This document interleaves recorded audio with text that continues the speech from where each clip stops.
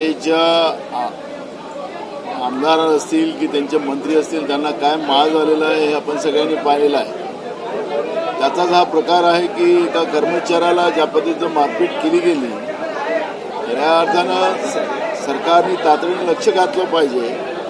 गरीब माणसावर अत्याचार करण्यासाठी तुम्हाला लोकांनी सत्तेत पाठवलेलं नाही।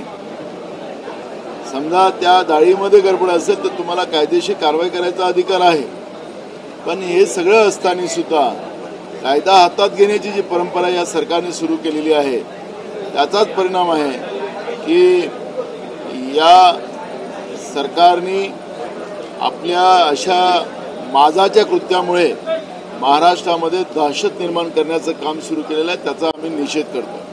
गिरणी कामगारांचा विषय आहे। स्कूल शाळेचे शिक्षक आहेत ते आझाद मैदानमध्ये जमा झालेले आहेत। शरद पवार सध्या देखील तिकडे पोहोचले आहेत, उद्धवजी जात आहेत। काय सांगाल, काँग्रेसची काय भूमिका आहे? बघा, हे सरकार खोटारडं आहे।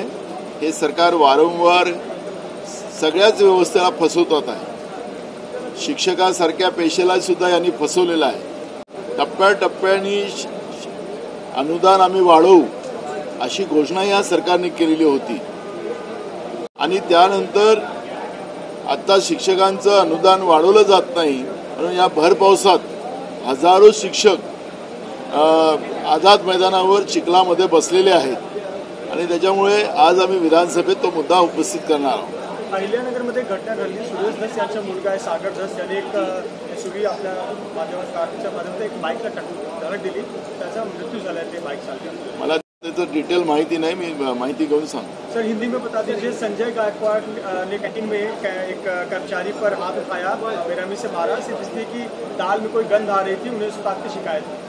सरकार को जो मस्ती आई है उसी का असर है और सत्ता का जो माज इन लोगों को आया है, इसलिए गरीब लोगों को मारने का काम इन लोगों ने शुरू किया है। कानून इनके हाथ में है, सब है, तो कानून हाथ में लेने की क्या जरूरत है? वो गरीब आदमी है, मजदूरी करके अपना पेट भरता है, अपने परिवार का पेट भरता है, उसको मारने का अधिकार इन लोगों को किसने दिया है? और इसलिए सत्ता का जो मांझ इन लोगों का है उसी का परिणाम है। ये लोग कानून हाथ में ले रहे हैं और उसके परिणाम महाराष्ट्र में जो दहशत फैलाने का काम इन लोगों को कर रहे हैं उसका ये महाराष्ट्र पे बुरा असर पड़ते जा रहा है। क्या आप मांग करेंगे कि संजय गायकवाड़ के खिलाफ कार्रवाई प्रॉपर एफआईआर हो? हम विधानसभा में आज बात रखेंगे और उस पर सरकार से निवेदन करने की घोषणा है। सर, मनसे कार्यकर्ताओं द्वारा एक बार फिर से बदसलूकी का मामला भिवंडी से सामने आया। रिक्शा चालक के साथ पहले छोटे मुद्दे पर वाद विवाद हुआ, बात भाषा पर आ गई, फिर उस चालक को बुलाकर कार्यालय में माफी मंगवाई गई, उसको थप्पड़ मारे गए। महाराष्ट्र तोड़ने का काम इन लोगों ने शुरू किया है और सरकार उसमें इन्वॉल्व है। ये सरकार प्रायोजित काम चल रहा है और इनने लोगों के विश्वास को तोड़ा है।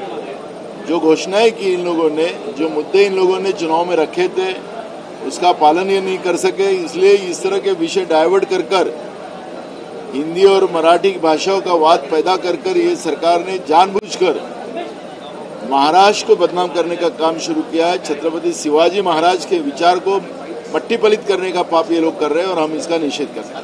महाविकास आघाडीला विरोधी पक्षनेते पद काढण्यात दिलं जातं। अध्यक्षांनी काल असं उत्तर दिलं की तुम्ही पत्र द्यायला 4.5 महिने उशीर केला, मला तर पत्र देऊन 2.5 महिने झाले असं त्यांनी वक्तव्य केलं, पण तरी 4.5 महिने घालवण्याचा अध्यक्षांचा महाराज दिसतोय का? बघा, अध्यक्षांनी त्यांचा अधिकार आहे, त्यांच्यावर बोलता येत नाही, पण मी तुम्हाला सांगतो की स्वतः अध्यक्षांनी मान्य केलं की माझा जो 2 महिन्यापासून अर्ज आहे,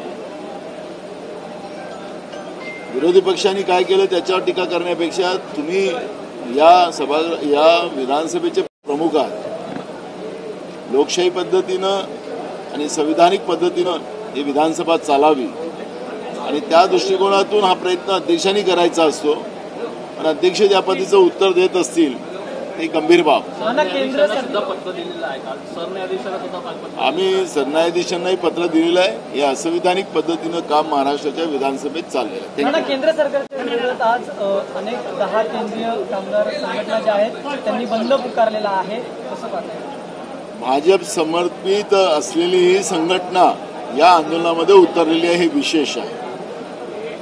आज भाजप ज्या पद्धतीनं केंद्रातलं सरकार हे कामगारांच्या विरोधात ज्या पद्धतीनं कायदे आणले गेलेत, कामगारांना उद्ध्वस्त करण्याचं काम सुरू झालेलं आहे आणि म्हणून त्या दृष्टिकोनातून आज पूर्ण भारतामध्ये सगळ्या कामगार संघटना, त्याच्यात भाजप प्रणित संघटना सुद्धा त्याच्यामध्ये सहभागी झालेली आहे.